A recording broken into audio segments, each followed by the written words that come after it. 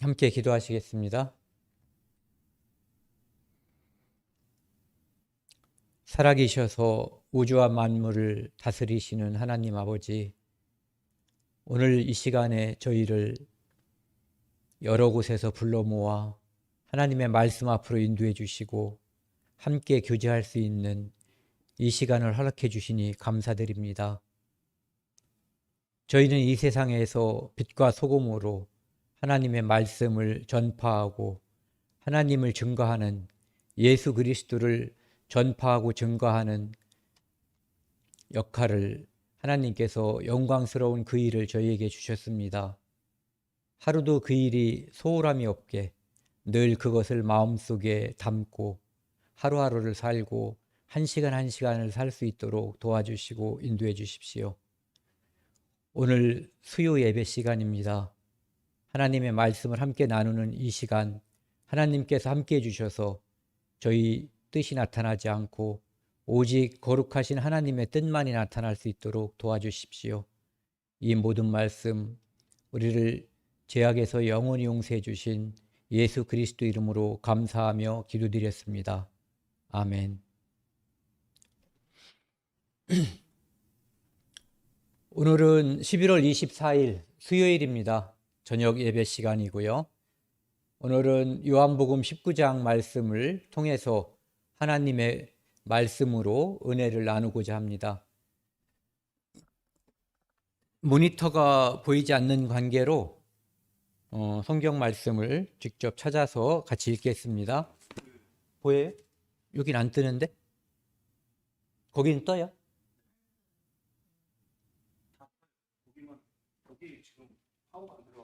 그러면은 지금 다른 분들은 다 보이는 거예요?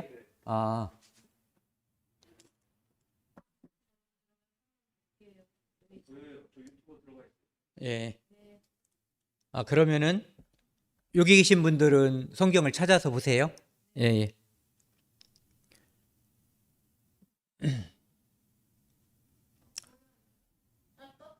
떴어요? 강대상은 안 떠도 돼요. 예. 요한복음 19장 13절 말씀입니다. 같이 한번 읽어보겠습니다. 빌라도가 이 말을 듣고 예수를 끌고 나가서 돌을 깐 뜰에 앉아있는 재판석에 앉아있더라. 이 예수님께서 지상에서 가장 불법한 재판을 받는 그런 과정을 이제 요한복음 19장에서 이제 이어가고 있는데요. 예수님께서 이 앞에 구절을 보시면은 빌라도가 예수를 이제 석방하기 위해서 노력을 하는데 유대인들이 빌라도를 겁박을 하거든요. 그렇게 함으로써 빌라도가 예수를 석방하지 못하게끔 하는 거예요. 그때 이제 빌라도가 그들이 당신이 예수를 석방하면은 가이사의 충신이 아니다라고 얘기하거든요. 그러니까 가이사의 충신이 아니면 가이사의 반역자란 얘기죠. 고위 공무원이 황제에게 반역을 한다면 그 운명은 뻔한 거예요. 이 사람들은 어쩌면은 지금 가이사의 반역을 하고 있다라고 자기들이 고소한 예수라고 하는 인물을 죽여주지 않으면 이 사람, 즉 빌라도가 황제에게 반역한 사람이다, 즉 반역자와 같은 편이다라고 탄원서를 로마에 보낼 수도 있는 그런 사정인 거죠. 그리고 또 한 가지는 잘못하다가는 그들이 반란이 일어날 수도 있는 그런 상황인 거고요. 그래서 빌라도가 그들의 그런 협박을 듣고 예수를 끌고 나가서 돌을 깐 뜰, 히브리 말로는 가바다라고 하는 그곳에 재판석에 앉아 있더라, 이렇게 되어 있어요.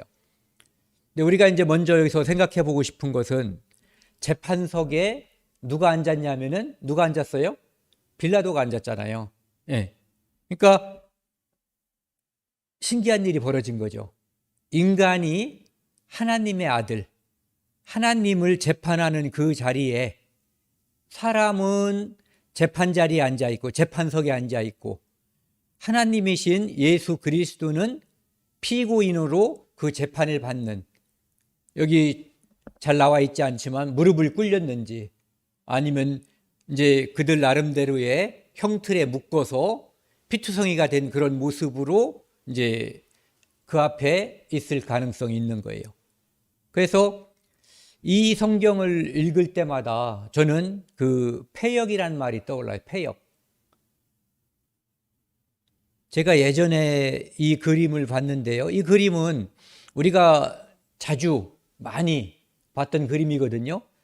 예, 미켈란젤로가 대리석으로 조각했다라고 하는, 그럼 이것을 조각했다는 것은 정말 대단한 건데, 이 작품성을 지금은 이제 말씀드리려고 하는 것이 아니라 이 피에타라고 하는 것이 동정, 자비심 뭐 이런 의미를, 어떤 데는 또 슬픔 뭐 이런 의미도 가지고 있다고 하더라고요.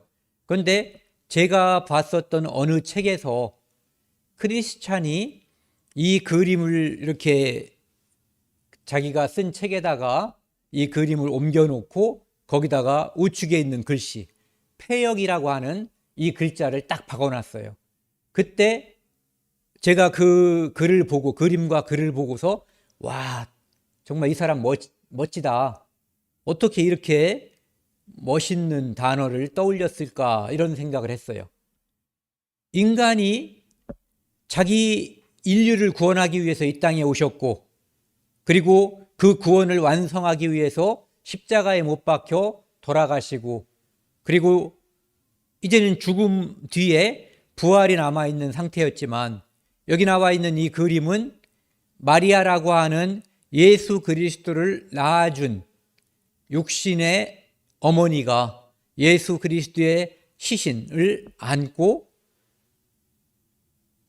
동정어린 또는 슬픔어린 이런 모습으로 바라보고 있는 거거든요. 저도 예전에 이 단어를 떠올리질 못했어요. 이 그림을 보면서. 어쨌든 기본이 안 돼 있다, 이 조각상은. 왜냐하면은 누가 누구를 동정해야지 되는지, 우리를 불쌍히 여기셔서 우리의 모든 죄를 용서하기 위해서 이 땅에 오신 분이 바로 예수 그리스도잖아요. 비록 낳아서 길러준 분이지만 그 마리아, 예수 그리스도의 모친인 마리아 역시도 제사함을 자기 육신의 아들인 예수 그리스도의 피로 말미암아 구원받지 않으면 안 되는 죄인에 불과한 거거든요. 그런데 그 미켈란젤로가 이것을 이제 만들 때 미켈란젤로가 이렇게 써놓은 그런 글이 있더라고요. 보면은 예수 그리스도는 그 나이에 맞게끔 이렇게 노화가 진행된, 비록 30대지만 어쨌든 그 나이로 했지만 이 마리아의 모습은 아주 청초하고 늙지도 않은, 실제적으로 뭐 15살에 낳았다고 해도 33년을 더하면은 48세고 20살에 낳았다고 하면은 53세쯤 된 그런 여인이잖아요. 물론 이분이, 마리아는 믿음이 좋고 그렇기 때문에 하나님께서 예수 그리스도의 모태로 선택한 사람이에요. 아가씨 처녀였죠. 하지만 아까 말씀드린 것처럼 분명한 것은 예수 그리스도의 피로 구원받아야 될, 즉 하나님의 긍휼하심의 대상인 것이지, 그가 하나님을 긍휼히 바라보고 동정심을 내야지 될 입장은 아니었다는 거죠. 물론 다른 걸 생각할 수 있죠. 키워준 어머니로서 그 자기가 키운 아들에 대한 그 연민, 동정심, 이런 것을 부정한다는 그런 의미는 아닌 거예요. 예. 제가 이제 찾아봤더니 패역이라는 말은 이 패자가 거스린다는 뜻이에요. 그 다음에 역자도 역시 거스릴 역자고, 사람으로서 마땅히 해야 할 도리에 어긋나고 순리를 거슬러 불순함, 이런 의미인데, 또 다른 사전을 찾아보면은 인륜에 어긋나고 불순함, 특히부터 같이 읽어보실래요? 특히 하나님의 사랑과 은혜를 저버리고 하나님의 권위와 법을 업신여기는 일체의 행위. 하나님의 법을, 권위와 법을 업신여기는 일체의 행위. 이것을 패역하다. 그래서 패역하다는 말 다음에는 이제 한자 성어 무도라는 말이 많이 따라다니죠. 그래서 패역무도한 인간이라든지 패역무도한 놈이라든지 이런 말들이 쓰이는데, 바로 하나님이신 예수 그리스도를 긍휼히 여기는, 동정하는 그것이 저 조각상의 목적이었다면 그것은 패역한 거죠. 패역무도한 거예요. 그런데 제가 이제 이 패역이라는 것과 함께 피에타를 찾아보니까, 제가 알고 있었던 피에타는 좀 전에 미켈란젤로가 조각상으로 만든 그 피에타가, 저는 그게 전부였어요. 그런데 수많은 피에타가 있었다고 그러더라고요. 그런데 지금 찾은 이 피에타는 아까 그 그림보다, 아까 그 뭐라 그래요? 조각상에 비해서, 대리석 조각상에 비해서 훨씬 더 처참하고 어떻게 보면은 더 현실감이 묻어나는 그런 모습이거든요. 그런데 여기에 보면은 이런 표현이 있어요. 무릎에 앉아 있는 나의 아들아, 아니 안고 있는 나의 아들아. 그러니까 마리아가 죽은 예수 그리스도를 무릎에 안고 있는 그림이에요. 너는 인류를 구원하기 위해 내 자신을 희생하였구나. 맞죠? 기뻐해야 할 너의 구원의 행위가 나는 너무나 고통스럽고 괴롭구나. 이것은 마리아가 실제로 믿음이 좋은 사람이었고, 마리아가 수태할 때 나타난 그 천사가 성령으로 잉태된 그는 자기 백성을 그들의 죄에서 구원할 자라고 하는 것을 알려줬잖아요. 그렇기 때문에 마리아는 미켈란젤로가 그렇게 표현하거나 그렇게 생각하는 것과는 다르게 지금 여기에 나와 있는 이런 모습의 마리아였을 가능성이 더 높은 거죠. 그것은 미켈란젤로가 연출한 작품이었지 마리아의 생각은 아니거든요. 예. 그리고 물론 여기 나와 있는 이 글도 역시 믿음이 좋은 처녀였었던, 물론 이제 예수 그리스도를 낳고 예수 그리스도의 이제 그 뒤에 동생들 요셉과의 관계에서 태어난 그들을 낳았던 그 마리아에게는 이제 세월이 흘렀고 어떤 시간이 지나서 자기가 짊어져야 할 십자가가 있었던 거예요.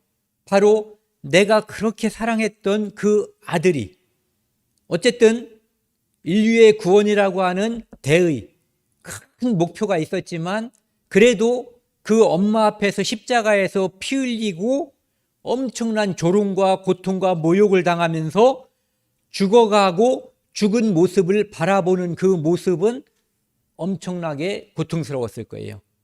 이 심정이 믿음 좋았던 마리아의 모습일 수 있어요.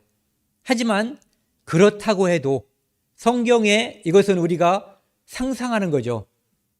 믿음이 좋았던 마리아라면 이런 모습 또는 이런 상상을 우리가 마리아에 대해서 떠올릴 수 있겠구나라고 하는 상상인 것이지, 가상인 것이지 성경에 이것이 나와 있는 건 아니거든요.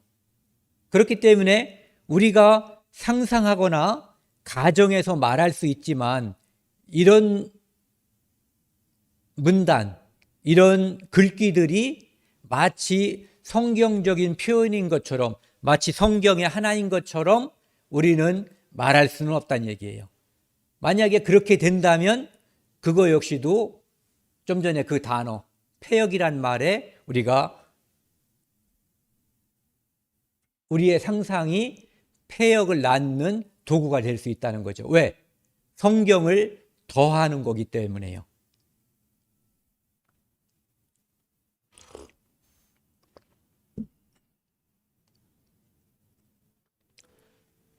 오늘 살펴볼 요한복음 19장 1절에서 3절입니다. 요한복음 18장 마지막 절에는 유대인들이 결국은 예수 그리스도가 아닌 바라바를 선택함으로써 예수 그리스도는 이제 여기 나와 있는 것처럼 죽는 자리에 내어주고 바라바는 이제 석방하는, 바라바는 강도였더라, 이렇게 끝나는 거죠. 그래서 그 다음에 이어서 이에 빌라도가 예수를 데려다가 채찍질하더라. 신기하죠. 요한복음 18장 38절에 보면은 빌라도는 예수가 죄가 없다는 것을, 죄를 찾지 못한다라고 선포했거든요. 첫 번째로. 그런데 빌라도는 예수를 데려다가 채찍질한 거예요. 죄가 없다는 것을 누군가의 주장이 아니라 이 재판 자리에 앉아 있는 재판장인 자기 자신이 선포해 놓고 마치 죄인을 다루듯이 채찍질을 가한 거죠. 이것도 역시 패역한 짓이에요. 그리고 군인들이 가시나무로 관을 엮고, 이 관이라고 하는 것은 이제 머리에 씌우는 관을 말하는 거예요. 관을 엮고 그의 머리에 씌우고 자색옷을 입히고, 자색옷은 그 당시에는, 요즘은 우리가 자색옷을 누구나 다 입을 수 있잖아요. 그런데 자색옷은 황제가 입을 수 있는 옷의 색깔이었다고 그래요. 그렇기 때문에 이 자색옷을 예수에게 입힌 것은 이 진짜 왕으로 그 군인들이 예수님을 이렇게 떠받들어서가 아니라 네가 왕이야?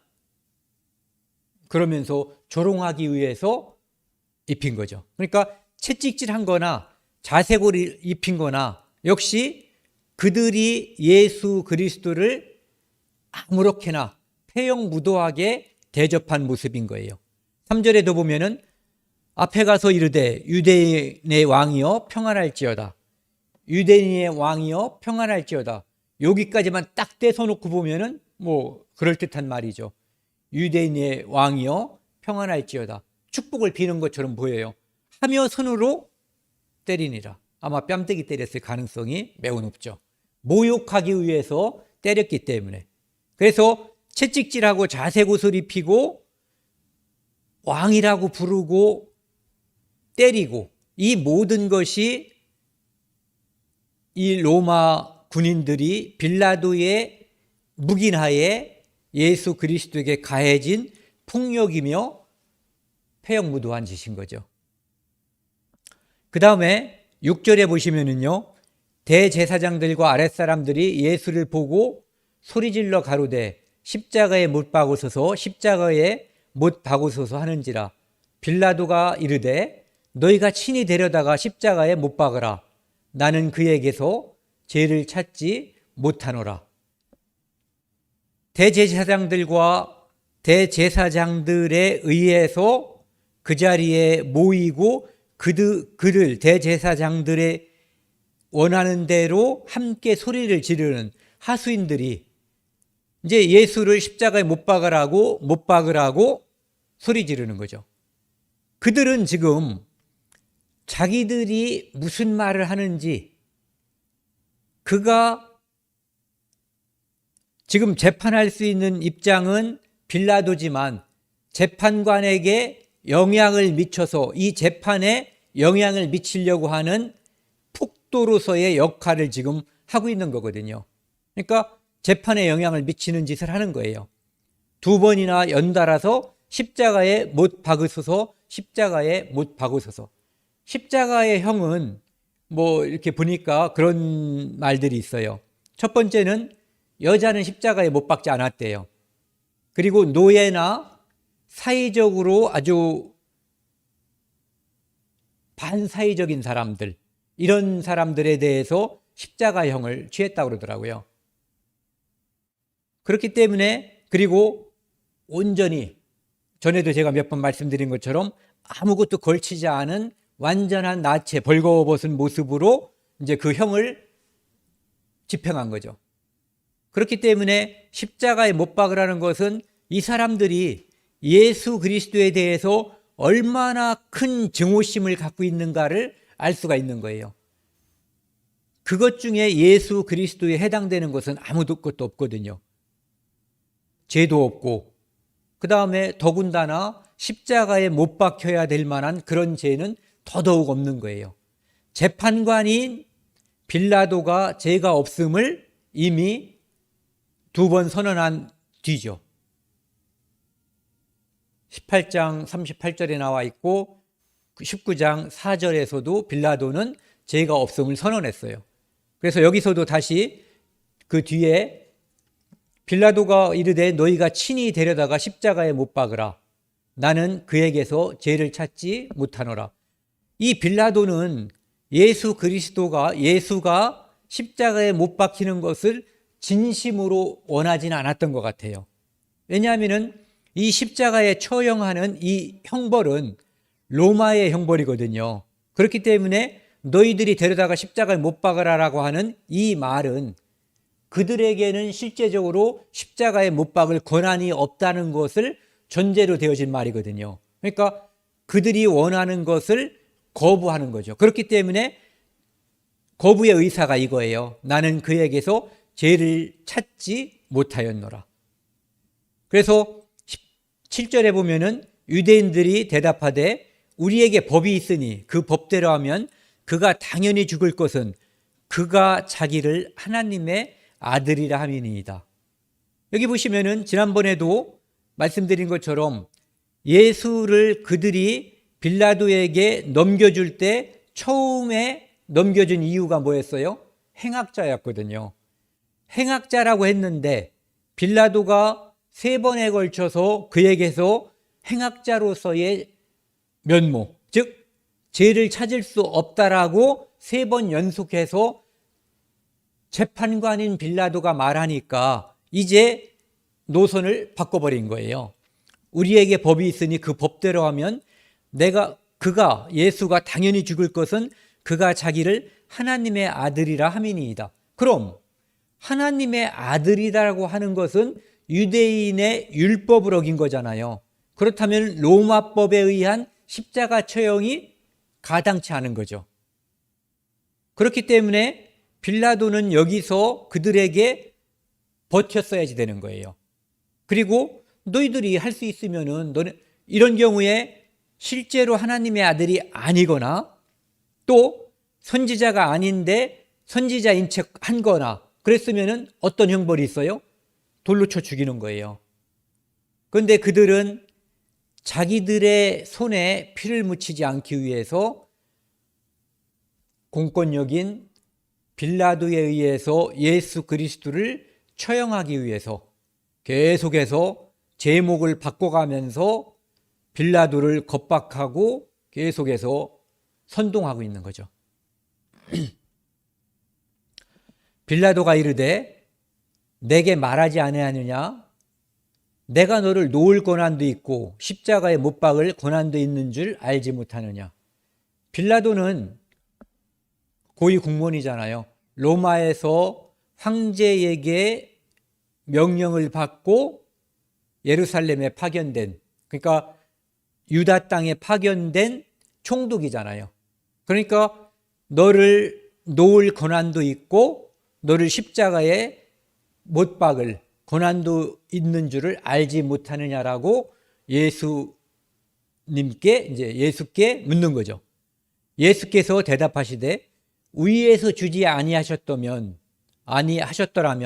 나를 해할 권세가 권한이 없었으리니 즉 하나님께서 지금 이 권한을 너에게 줬기 때문에 그 권한이 생긴 거다 이거죠. 그러니까 이 세상에 있는 모든 권한, 그 다음에 모든 일들, 이것은 궁극적으로 하나님께서 좋아하시든 싫어하시든 허용했다라고 하는 거에 우리는 방점을 찍어야지 돼요.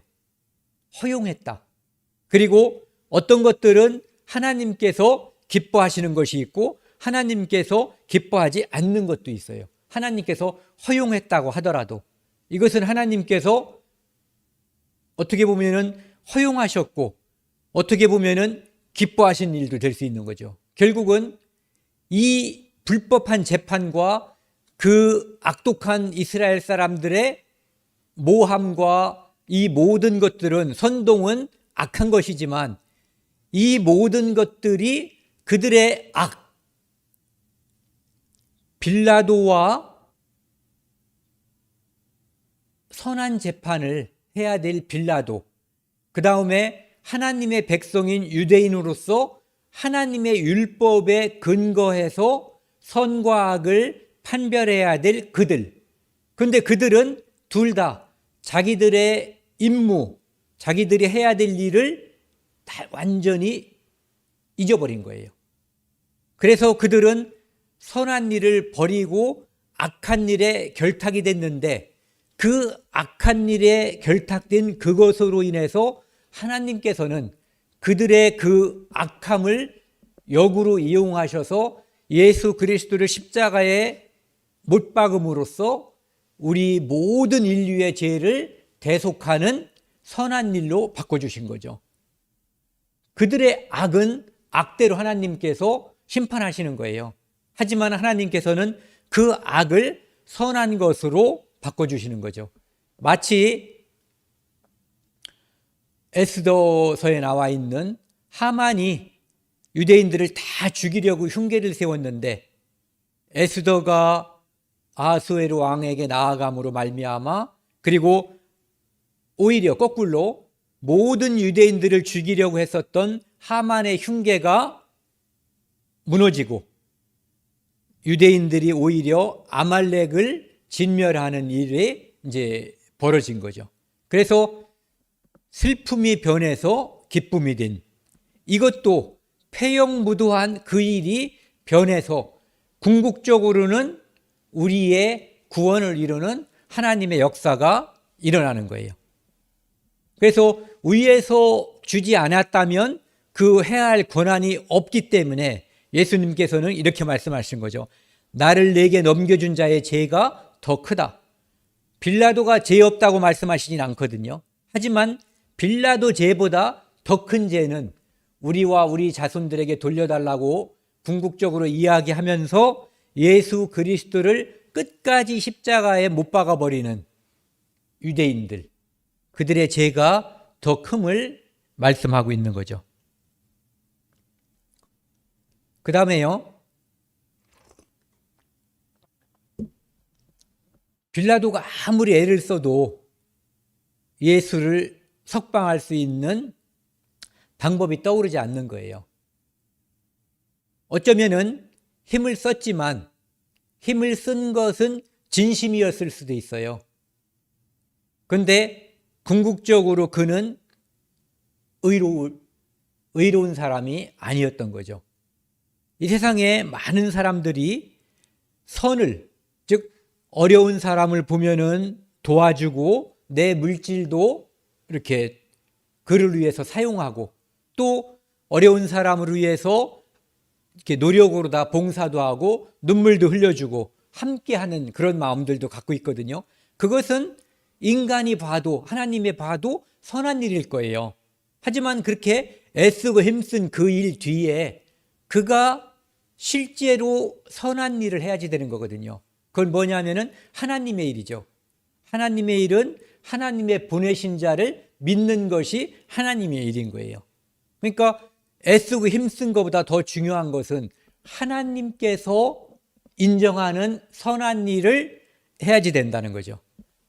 유대인들이 더욱 소리 질러서 이 사람을 놓으면 가이사의 충신이 황제의 충신이 아니다, 이거죠. 무릇 자기를 왕이라 하는 자는 가이사를 반역하는 것입니다.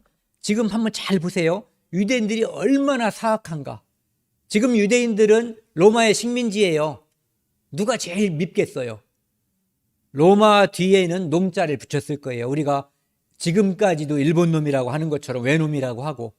그런데 자기들의 욕구, 자기들의 증오의 대상인 예수를 죽이기 위해서 그들의 뭐라고 말을 하냐면은 가이사의 충신이 아니다, 이 사람을 놓으면. 왜? 이 사람은 가이사의 반역자니까.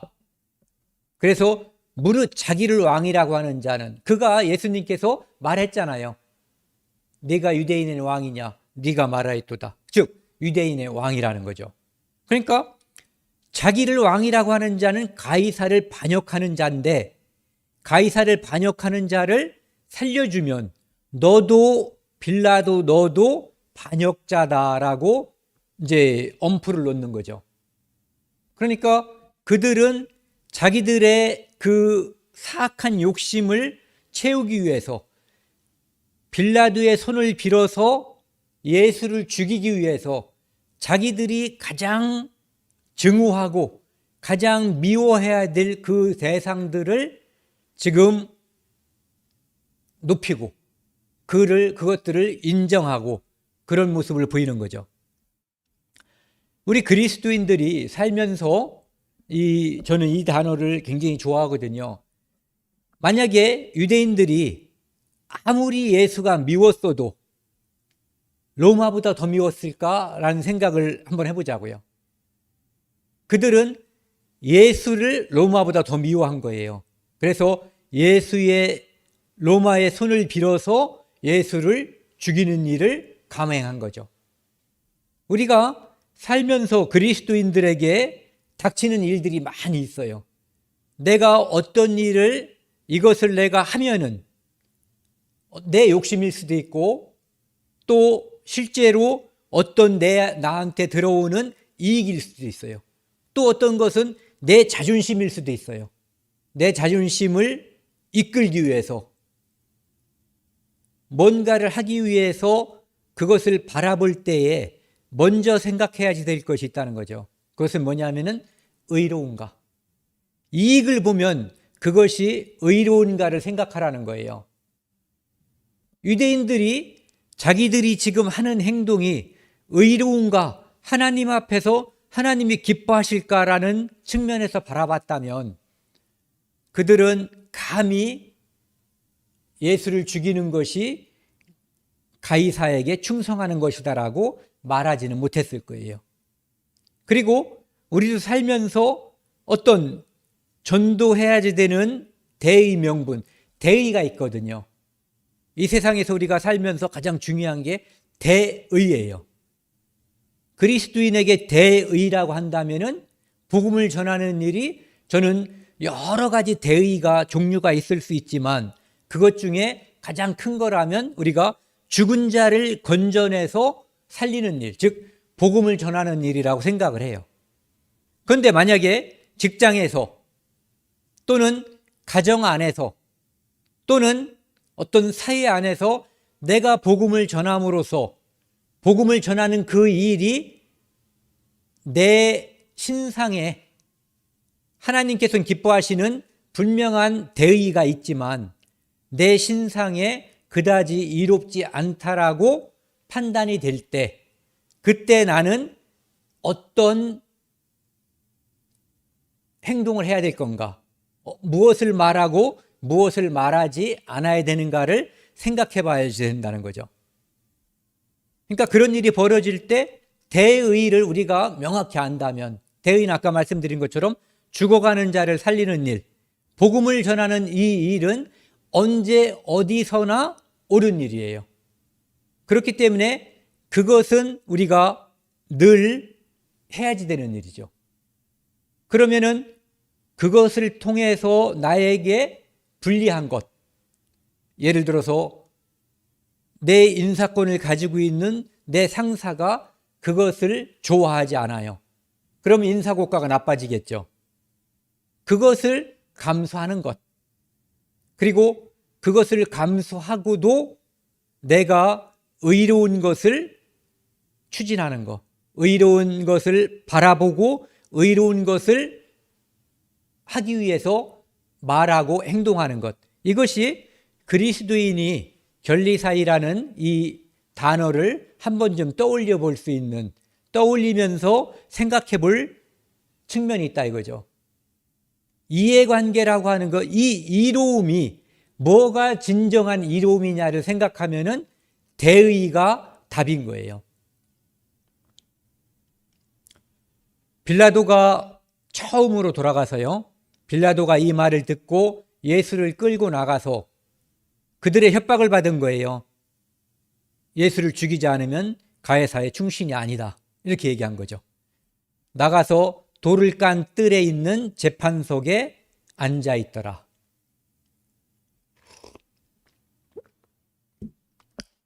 요번에 이 요한복음 19장 13절 이 말씀을 공부하면서 제가 이제 나누고 싶은 것 중에 하나가 또 있어서 이 말씀을 주제로 제가 이제 선정을 한 거거든요.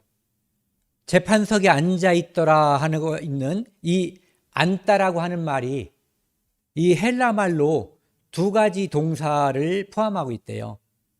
하나의 동사는 자동사, 그냥 앉다라고 하는 거죠. 근데 또 하나는 타동사, 무엇을 앉게 하다, 앉다. 그러니까 자동사라는 것은 예를 들어서 꽃이 피다, 이런 거, 꽃이 피다, 해가 뜨다, 해가 섰다, 이런 거. 그러니까 동사가 주어에만 영향을 미치는 거죠. 그런데 타동사라고 하는 것은 나는 밥을 먹었다. 나는 먹었다로 끝나는 것이 아니라 밥에 영향을 미치는 거예요. 목적어가 존재하는 거죠. 그러니까 이 앉다라고 하는 것은 두 가지가 다 쓰일 수가 있다는 거예요. 그래서 첫 번째는 아까 처음에 해석한 것대로 재판석에 빌라도가 앉은 거예요. 그런데 이 앉다라고 하는 단어가 타동사의 역할도 하기 때문에 이렇게 생각해 볼 수 있다는 거죠. 빌라도가 예수를 재판석에 앉게 했다라고 하는 그런 의미를 가지고 있다라는 거예요. 그래서 요한이 그 중의적으로 이 생각을 가졌을 수 있다라는 거죠. 그러니까 이것은 해석상의 차이가 되고 말하기에 따라서 의미를 두 가지로 볼 수도 있고 한 가지로 볼 수도 있는 건데 저는 그 의미를 한번 생각해 보자 이런 얘기죠.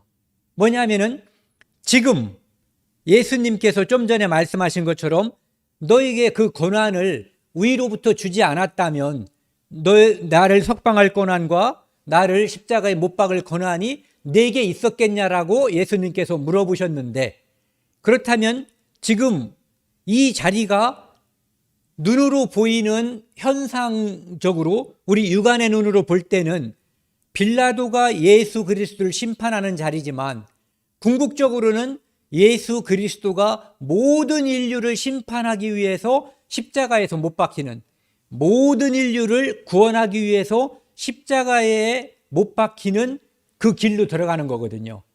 그 재판이 지금 여기서 벌어지는 거죠.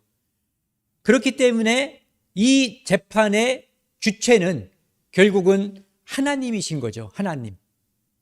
지금 눈으로 보이는 것은 빌라도가 예수를 심판하지만 예수님께서도 내가 이 땅에 온 목적에 대해서 이 세상을 구원하라고 왔다라고도 말씀하시고 그 구원이라고 하는 것은 동년의 양면과 같은 거예요. 그래서 구원을 거부하면 심판이 되는 거거든요. 멸망이 되는 거죠. 그렇기 때문에 예수 그리스도가 지금 재판석에서 재판을 받고 있는 이 모습은 결국은 예수 그리스도가 십자가에서 모든 인류를 구원하는데 거기에 동참하지 않는 자, 즉 예수 그리스도의 물과 피, 살과 그 피를 믿지 않는 자들은 자동적으로 심판석에 있는 거거든요.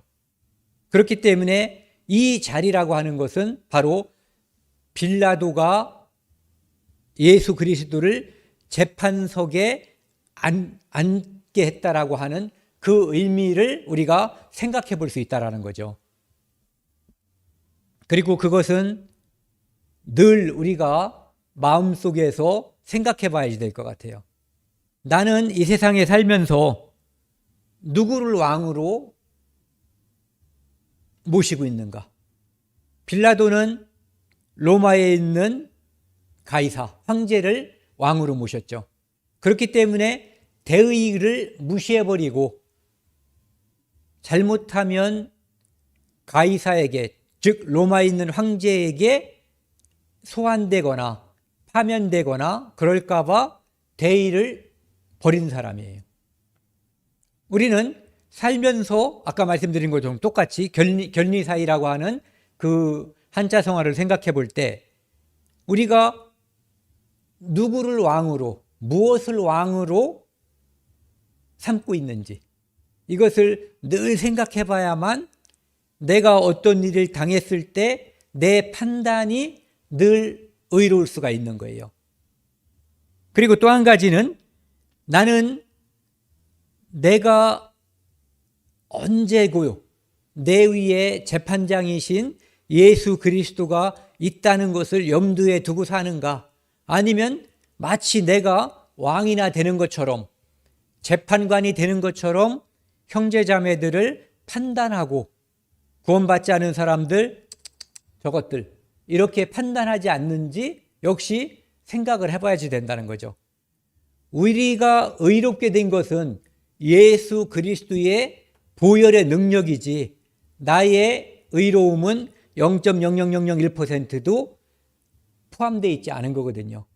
그렇기 때문에 내가 재판석에 있는지 또 내가 왕의 자리에 있는지 우리는 늘 생각을 해보면서 살아야 될 것 같아요.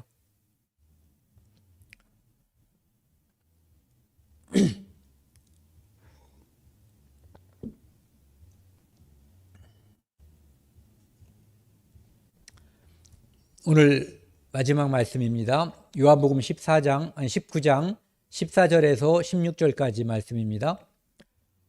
그렇게 돼서 예수 그리스도를 이 사람들은 죽여달라고 이야기하는 거예요. 그들이 15절에 보면은 그들이 소리 지르되 없이 하소서 없이 하소서. 아까는 뭐라고 그랬죠? 십자가에 못 박으소서 못 박으소서. 이 사람들은 이게 군중들이 모여 있어서 선동을 하기 때문에 이 단어 문장을 반복해서 하는 거예요. 데모할 때는 예를 들어서 물러가라 이렇게 말하지 않잖아요. 물러가라 물러가라 이렇게 말하는 것처럼 여기서도 없이 하소서 없이 하소서. 그러니까 이 장면은 선동하는 사람들이 있고 많은 군중들이 거기에 함께 하고 있다라고 하는 장면을 우리가 떠올릴 수가 있어요. 그를 십자가에 못 박게 하소서. 빌라도가 이르되 내가 너희 왕을.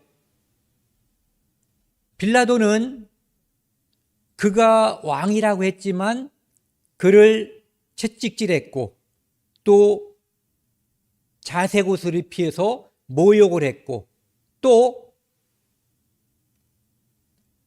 때렸어요. 부하들이. 그렇기 때문에 빌라도가 예수를 생각할 때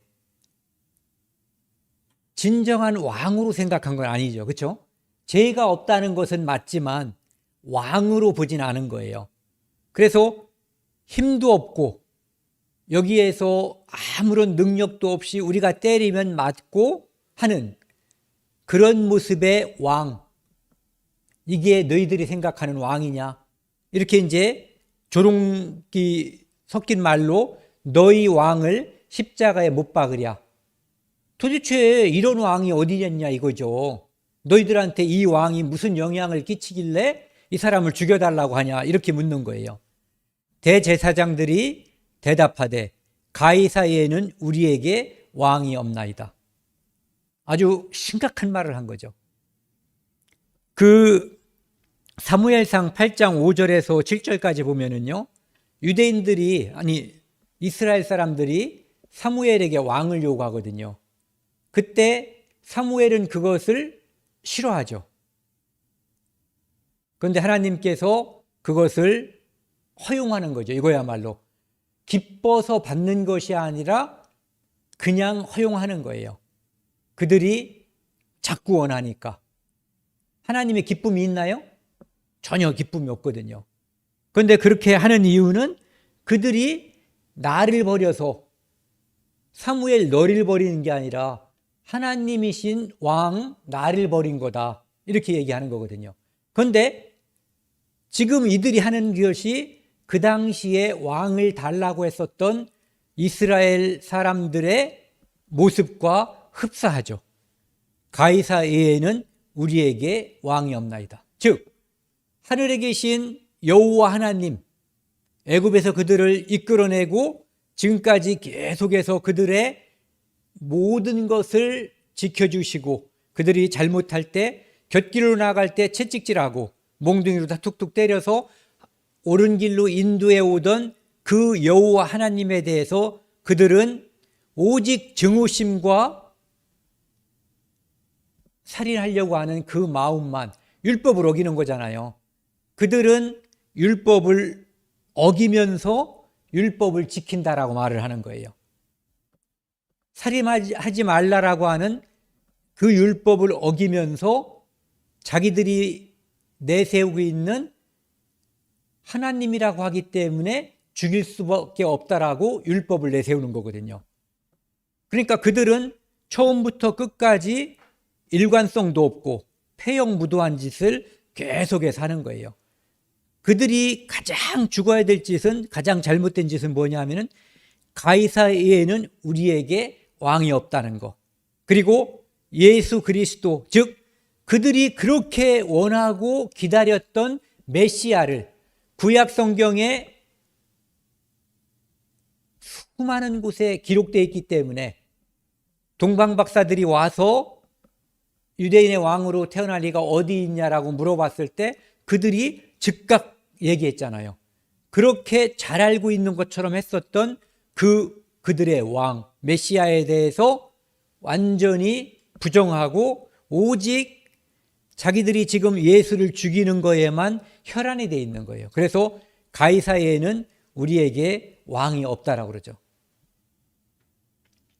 그래서 그들의 패역한 행동, 패역한 말, 이거에 대한 책임을 그들은 오랫동안, 수많은 시간 동안 그 피를 우리와 우리 자손에게 돌려달라고 한 그 말 이전에 이러한 말로써, 입으로써 하나님께 죄를 범하는 거죠. 이에 그래서 예수를 십자가에 못 박도록 그들에게 넘겨주니라.